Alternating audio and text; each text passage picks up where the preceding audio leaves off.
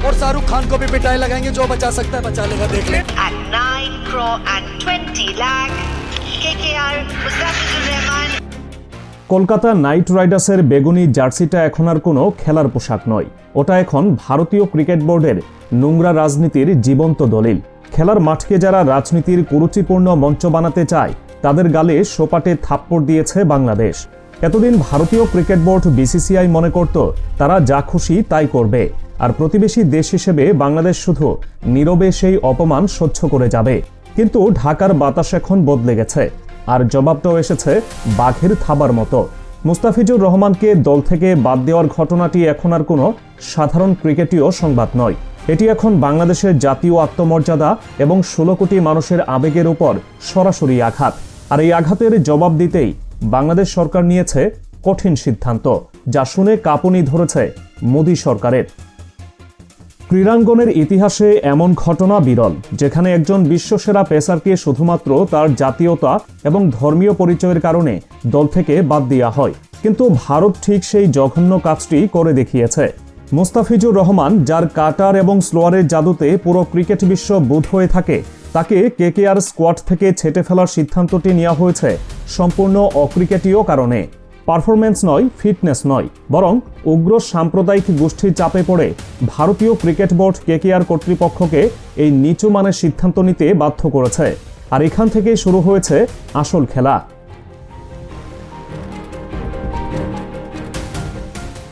বাংলাদেশের যুব ও ক্রীড়া উপদেষ্টা আসিফ নজরুল তার ভেরিফাইড ফেসবুক পেজে যে আগ্নেয়গিরির মতো ক্ষোভ উগরে দিয়েছেন তা প্রতিটি বাঙালির মনের কথা। তিনি হুঙ্কার দিয়ে বলেছেন, উগ্র সাম্প্রদায়িক গোষ্ঠীর চাপে নতি স্বীকার করে ভারতের ক্রিকেট বোর্ড কলকাতা নাইট রাইডার্সকে মুস্তাফিজকে বাদ দেওয়ার যে নির্দেশ দিয়েছে তা বাংলাদেশের জন্য চরম অবমাননাকর। তবে এবারের হুঙ্কারটি শুধু নিন্দার মধ্যে সীমাবদ্ধ নেই। আসিফ নজরুল বলেছে, গোলামির দিন শেষ। বিগত সময়ে ভারতের সব অন্যায় আবদার মেনে নেওয়ার যে নতজানু পররাষ্ট্রনীতি ছিল তা এখন ইতিহাসের আস্থা করে নিক্ষিপ্ত হয়েছে। এই অপমানের বদলা নিতে বাংলাদেশ সরকার সরাসরি ভারতের অর্থনীতির পেটে লাথি মারার প্রস্তুতি নিয়েছে। ক্রীড়া উপদেষ্টা আসিফ নজরুল জানিয়েছেন, তিনি তথ্য ও সম্প্রচার মন্ত্রণালয়ের দায়িত্বপ্রাপ্ত উপদেষ্টাকে ইতোমধ্যে কঠোর অনুরোধ জানিয়েছেন বাংলাদেশে আইপিএল এর সম্প্রচার পুরোপুরি বন্ধ করে দেওয়ার জন্য। বাংলাদেশ আইপিএল এর অন্যতম বড় বাজার, এখান থেকে কোটি কোটি টাকার রাজস্ব পায় ভারতীয় ব্রডকাস্টাররা। যদি এই সম্প্রচার বন্ধের সিদ্ধান্ত কার্যকর হয়, তবে স্টার স্পোর্টস সহ ভারতীয় চ্যানেলগুলো এবং বিসিসিআই যে বিশাল অঙ্কের আর্থিক ক্ষতির মুখে পড়বে তা তাদের কল্পনারও বাইরে। এটি মোদী সরকারের জন্য এক বড় গ্যারাকল, যেখান থেকে বের হওয়ার কোনো রাস্তা তারা খুঁজে পাচ্ছে না।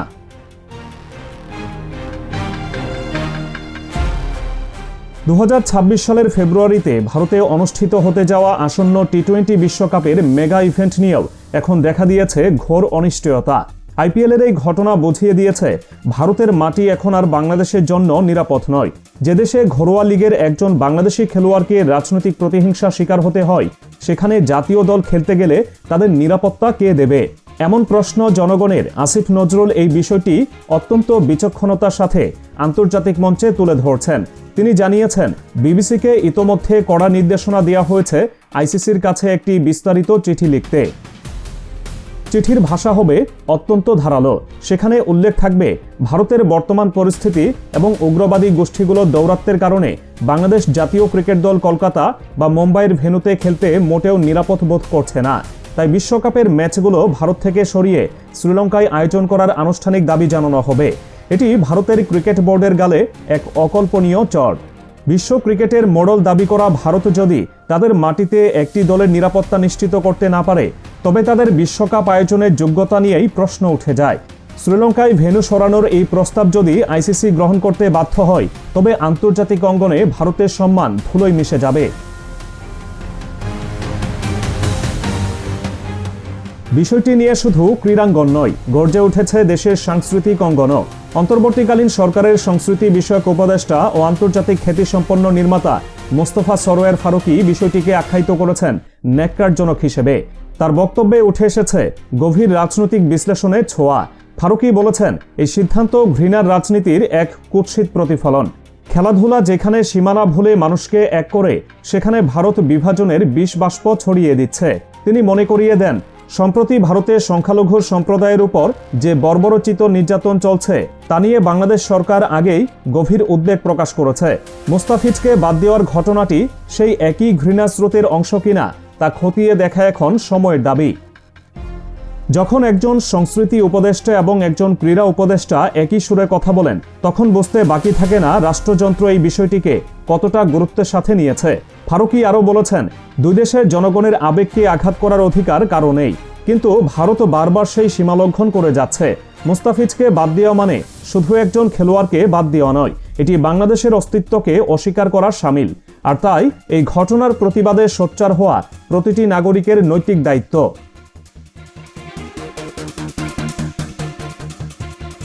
নিরাপত্তা ঝুঁকির বিষয়টি কোনো ছেলে খেলা নয়। ভারত যতই নিজেদের বিশ্বগুরু দাবি করুক না কেন, তাদের অভ্যন্তরীণ অসহিষ্ণুতা এখন চরমে।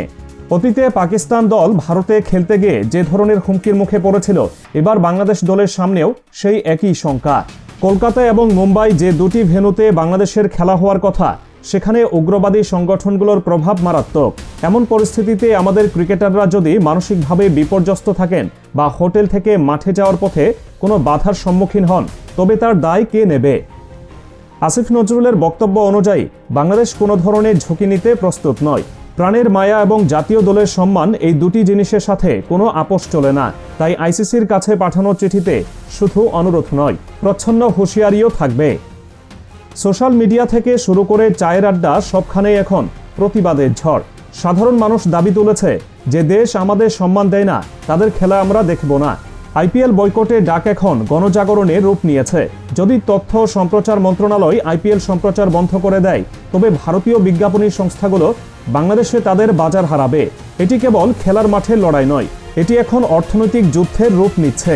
মুস্তাফিজুর রহমানকে ঘিরে যে আগুন ভারত জ্বালিয়েছে, সেই আগুনের আঁচ এখন তাদের নিজেদের ঘরেই লাগছে।